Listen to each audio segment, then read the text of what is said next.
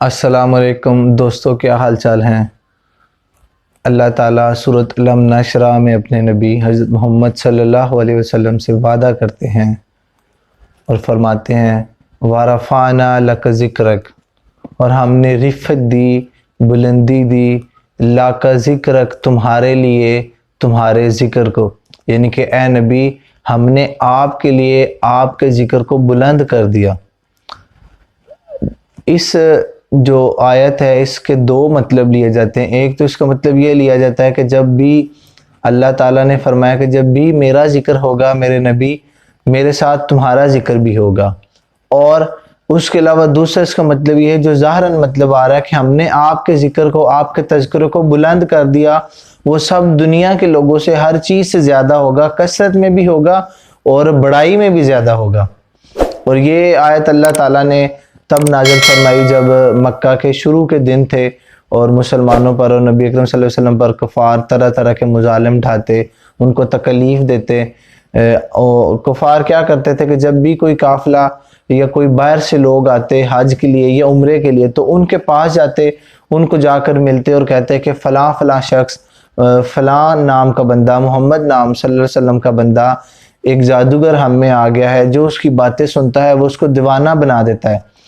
तो अल्लाह ताला क्या करते, जब भी कुफार जाकर किसी ऐसे बंदे को या किसी काफिले को या ग्रोह को बताते तो उनके दिल में तजस्सुस पैदा कर देते और वो सोचते कि वो कैसा बंदा है, वो कैसा इंसान है कि जिसके कलाम में, जिसकी बातों में ऐसा जादू है, ऐसा सहर है कि बंदा अपने आप को छोड़ के उसका हो जाता है। तो वो जाकर लाजमी मिलते। तो अल्लाह ताला ने इस तरह भी उनकी इस तरकीब को, तरतीब को उल्टा कर दिया और वो जो अल्लाह के नबी के दीन को फलता फूलता नहीं देखना चाहते थे, अल्लाह ने उनकी ही बातों को, उनकी तदबीरों को उल्टा करके उनको ये करके दिखा दिया। अल्लाह का नबी का जिक्र कैसे बुलंद हुआ, कहाँ कहाँ बुलंद हुआ, इसकी अनगिनत मिसालें हैं, ढेरों मिसालें हैं। और ये हमने देखा स्टिल अभी तक अल्हम्दुलिल्लाह इस्लाम फैलता फूलता जा रहा है और ता क़यामत इसने फैलना फूलना है और पूरी दुनिया पर इसने हुक्मरानी करनी है। अल्लाह का पसंदीदा दीन है। लेकिन अल्लाह ने अपने नबी का जिक्र किस तरह बुलंद किया। हम अजान पढ़ते हैं, अजान में अल्लाह के साथ नबी अकरम सल्लल्लाहु अलैहि वसल्लम का तज़किरा होता है, नमाज में होता है, वैसे ज़िक्र अस्कार की महफ़िल होती हैं, कुरान में होता है, वैसे अज़मत रसूल की बातें होती हैं, सारी चीज़ें होती हैं। इसकी अनगिनत मिसालें हैं, ना गिन सकता हूँ ना गिनवा सकता हूँ। लेकिन रीसेंट डेज़ की एक एग्जाम्पल है, मैं वो आपको देना चाहूँगा। और वो एग्जाम्पल क्या है, आपको पता होगा कि एक बुक है दी 100। इसका राइटर एक क्रिश्चियन है, माइकल एच हार्ट उसका नाम है, और 1932 में वो अमेरिका में पैदा हुआ। फिर उसने वहाँ से इब्तदाई तालीम हासिल की, लॉ किया, फ़िज़िक्स में PhD की, एस्ट्रोनॉमी में उसने पढ़ा, नासा के साथ वो मुंसलिक रहा और वो बड़ा राइटर है। 1978 में उसने एक बुक लिखी जो कि बड़ी मुतनाज़िया कंसिडर की जा रही थी और समझा जा रहा था कि ये बड़ी मुतनाज़िया बुक होगी। उस किताब का नाम था दी 100, 100 अजीम इंसान, ranking of the most influential person in human history. बनी नूह इंसान की तारीख में जो 100 सबसे ज़्यादा मौसर और असरअंदाज शख्सियत हैं, उनकी रैंकिंग, उनकी दर्जा बंदी। और जब उसने ये बुक लिखी तो लोगों का ख्याल था कि ये बड़ी मुतनाज़िया बुक होगी और बड़ी कंट्रोवर्शियल होगी। लेकिन जैसे ही वो बुक मार्केट में आई तो वो बेस्ट सेलिंग बुक बनी और उसकी अभी तक तकरीबन 5 लाख कापियाँ फ़रोख्त हो चुकी हैं। फिर उसका दूसरा तीसरा एडिशन भी आया और उसके दुनिया के मुख्तलिफ़ ज़ुबानों में तराजम भी हुए। उसमें उसने 100 लोगों को सिलेक्ट किया। बज़ाते ख़ुद तो वो क्रिश्चियन था, लेकिन उसमें एक बड़ी हैरान कुन बात थी बहुत सारे और लोगों के लिए कि उसने जब वो किताब लिखी है उसमें पहले नंबर पे जिस शख्स को रखा वो शख्स वही था जिससे अल्लाह ने वादा किया वरफ़ाना लका ज़िक्रक, ए नबी हमने आपके लिए आपके ज़िक्र को बुलंद कर दिया। तो कैसे हो सकता था कि कोई बंदा दुनिया के अजीम इंसानों की लिस्ट बनाए और उस लिस्ट में टॉप पर नबी अकरम सल्लल्लाहु अलैहि वसल्लम ना हो। खैर उसने जब ये, चूँकि वो खुद ईसाई था, ईसा अलैहिस्सलाम को उसने तीसरे नंबर पर रखा, न्यूटन को दूसरे पे नकर रखा, और एक और नाम है मुसलमानों में से हज़रत उमर बिन ख़त्ताब रज़ी अल्लाह ताला अन्हा, उनका नाम लिस्ट में 52 नंबर पे खैर उसने रखा। तो वो खुद लिखता है कि मैंने क्यों नबी अकरम सल्लल्लाहु अलैहि वसल्लम को इस लिस्ट में टॉप पर रखा।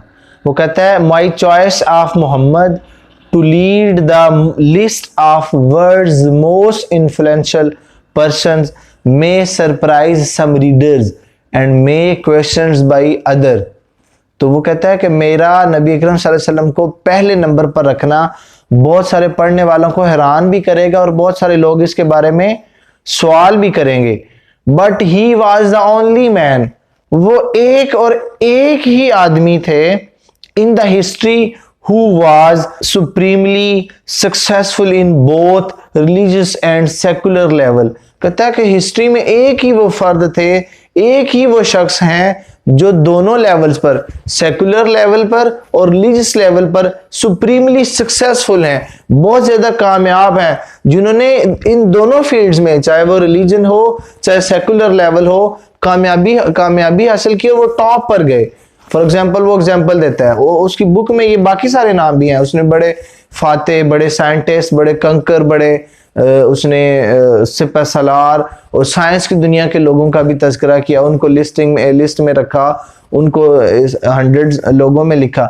लेकिन वो कहता है कि जब मैं देखता हूँ कि अगर मैं दुनियावी मामला देखूँ, सेकुलर तबके को देखूँ, तो वो दीनी मामले में कुछ नहीं होते। फॉर एग्जाम्पल न्यूटन को देख लें, किसी बड़े से बड़े फाते को देख लें, किसी बड़े से बड़े सिपा सलार को देख लें, सिकंदर आजम को देख लें, एडोल्फ हिटलर को देख लें, किसी को भी देख लें, किसी साइंटिस्ट को देख लें, न्यूटन को देख लें, आइंस्टाइन को देख लें, तो वो दीनी मामलात में, उनके फॉलोअरशिप में कुछ भी नहीं है। अगरचे उन्होंने अपनी फील्ड में बड़ा काम किया, बड़ा नाम कमाया, टॉप पर गए, लेकिन दूसरा मामला जब हम उनको रिलीजन लेवल पर देखते हैं तो वो कुछ भी नहीं है। इसी तरह जब हम रिलीजन में जाते हैं, कन्फ्यूशियस को देखते हैं, सिद्धार्था को देखते हैं, गौतम बुद्ध को देखते हैं, तो वो दुनियावी मामलात में, हुकूमती मामलात में, साइंस के मामलात में, दुनियावी फील्ड में वो कुछ भी नहीं है। तो एक ही फर्द थे, एक ही इंसान थे बनी नूह इंसान में, पूरी तारीख में, जो दोनों लेवल्स पे, दोनों मामलात में, सेकुलर हो या रिलीजियस हो, वो टॉप पर गए। और सुप्रीमली सक्सेसफुल का वो लफ्ज इस्तेमाल करता है और दी ओनली वन का करता है कि सिर्फ एक ही है। फिर उसके बाद वो नबी अकरम सल्लल्लाहु अलैहि वसल्लम का तज़किरा करता है और वो कहता है कि मेरी बुक में जो बाकी सारे नाम है ना, उन नामों को इतना एडवांटेज मिला कि वो किसी न किसी वेल सेटल्ड सिविलाइजेशन में, किसी कल्चर में, किसी एजुकेटेड सोसाइटी में, डेवलप्ड सोसाइटी में, डेवलप्ड नेशन में पैदा हुए। लेकिन नबी अकरम सल्लल्लाहु अलैहि वसल्लम जब पैदा हुए 570-71 में, तो वो अरब का दौर था और अरब बड़े बैकवर्ड थे और उस दौर को दौरे जहालत कहा जाता था। लेकिन उस दौरे जहालत में जब नबी अकरम सल्लल्लाहु अलैहि वसल्लम आए तो फिर वो बताता है कि 25 साल की उम्र में उनकी शादी हुई खतीजा से, फिर 40 साल की उम्र में उन्होंने नबूवत का ऐलान किया, फिर उनके फॉलोअरशिप बढ़े, फिर वो मक्का में वो मतलब तबलीग शुरू की। और वो फिर आपको पता है कि नबी अकरम सल्लल्लाहु अलैहि वसल्लम के सख्त तरीन मुखालिफ भी उनको सादिक और अमीन कहा करते थे, जो कि उनकी जान के दुश्मन होते थे। ये भी मज़र है अल्लाह की इस आयत का, अल्लाह के इस वादे का कि मैं आपके जिक्र को आपके लिए बुलंद करूंगा, कि जो दुश्मन है वो भी कहते हैं कि मोहम्मद सच्चा है, मोहम्मद अमानतदार है। फिर वो तज़किरा करता है उसका हिजरत का, और हिजरत के लिए वो लफ्ज़ इस्तेमाल करता है फ्लाइट। वो कहता है ये उनकी ज़िंदगी की फ़्लाइट थी, यानी कि जब मक्का में आप मजलूम थे, महकूम थे, मदीना में आप जाकर हाकम हो गए, मक्का में आप कमज़ोर थे, मदीना में जाकर आप ताकतवर हो गए, मक्का में आपके फॉलोअर थोड़े थे, मदीना में वो फैलना शुरू हो गए, तेज़ी के साथ लोगों ने इस्लाम कबूल करना शुरू कर दिया। उसके लिए वो फ्लाइट का लफ्ज़ इस्तेमाल करता है।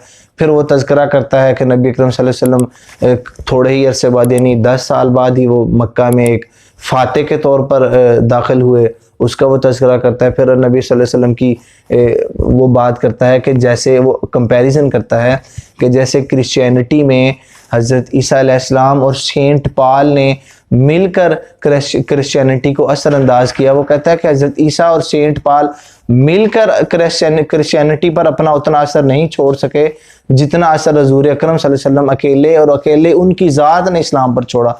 और स्टिल वो अभी अपना असर रखते हैं, उनके फॉलोअर उनको फॉलो करते हैं। और फिर वो तज़किरा करता है कुरान का कि जो नबी अकरम सल्लल्लाहु अलैहि वसल्लम ने फरमाया, जो उनकी तालीमात हैं, जो उनका बताया हुआ अमल है, वो कुरान में अभी भी उसी तरह महफूज है जब वो जैसा कि वो तब था। अगरचे क्रिश्चियनिटी में हम देखें तो वहाँ पे बहुत सारी तख़फ़ीफ़ हो चुकी हैं उनकी किताब में, लेकिन कुरान स्टिल वैसे ही है जैसे वो था। और वो बताता है कि कुरान उनके ज़िंदगी में इस तरह किताब की शक्ल में नहीं था, ये उनके दोस्तों ने, उनके सहाबा ने, उनके फॉलोअर्स ने किया।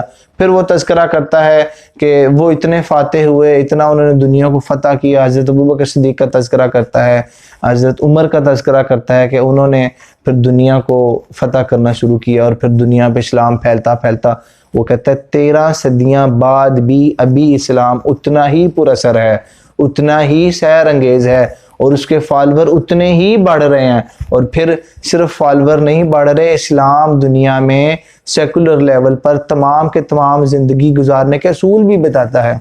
फिर एंड पे वो सारी बातें हज़ूर अकरम सल्लल्लाहु अलैहि वसल्लम का, उनकी अज़मत का तज़किरा करके उनको कंक्लूड करते हुए वो कहता है, it is this unparalleled combination of secular and religious influence which I felt entitles Muhammad to considered most influential single figure in human history।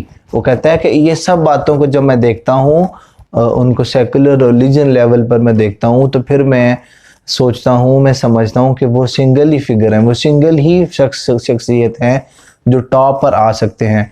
तो ये अज़मत है हमारे नबी की, ये शान है हमारे नबी की कि 13-14 सदियाँ गुज़रने के बाद भी अल्लाह उनकी शान और उनकी अज़मत एक क्रिश्चियन से, जो कि बजाते, और वो अभी तक वो ज़िंदा है, 88 ईयर उसकी उम्र है, अभी तक ज़िंदा है, उसकी ज़ुबान से, उसके कलम से ये कहलवा देते हैं। तो अल्लाह अपने नबी से किया हुआ वादा सच कर रहे हैं, पूरा कर रहे हैं, और स्टिल अल्लाह ने करना है। अल्लाह के नबी का जिक्र बुलंद रहना है, बुलंद ही रहेगा इंशाल्लाह। दुआ है कि अल्लाह हमें भी अल्लाह के नबी का जिक्र बुलंद करने वालों में शामिल कर ले, उनका जिक्र सुनने और सुनाने वालों में शामिल कर ले। और इस दुआ के साथ मैं अपनी बात को ख़त्म करूँगा कि जो इस बुक का राइटर है माइकल एच हार्ट, अभी वो ज़िंदा है, अल्लाह उसको ईमान की दौलत से मुनव्वर करे, उसकी इस किताब के बदले अल्लाह उसके दिल को इस्लाम की दौलत से रोशन कर दे और उसको इस्लाम कबूल करने की तौफीक दे दे, ताकि वो अपनी दुनियावी ज़िंदगी जो उसकी बाकी है और आखिरवी ज़िंदगी को भी बेहतर बना ले। और हमें जो कि हम हज़ूर अकरम सल्लल्लाहु अलैहि वसल्लम के फॉलोअर हैं, मानने वाले हैं, उनका तज़किरा, उनका ज़िक्र, उनका अमल, उनका तर्ज़ अमल, ख़ास बात है कि उनका तर्ज़ अमल अपनी ज़िंदगियों में लाने की तौफीक दे दे, उनसे मोहब्बत पैदा करे। हम उनसे इस तरह की मोहब्बत करें कि हम सिर्फ खाली दावे ना करें, हम उनके तर्ज़ अमल को, उनकी तालीमात को अपनी ज़िंदगी में लेकर आएँ। अल्लाह हमें सुनने, समझने और अमल करने की तौफीक अता फ़रमाए। अस्सलामु अलैकुम।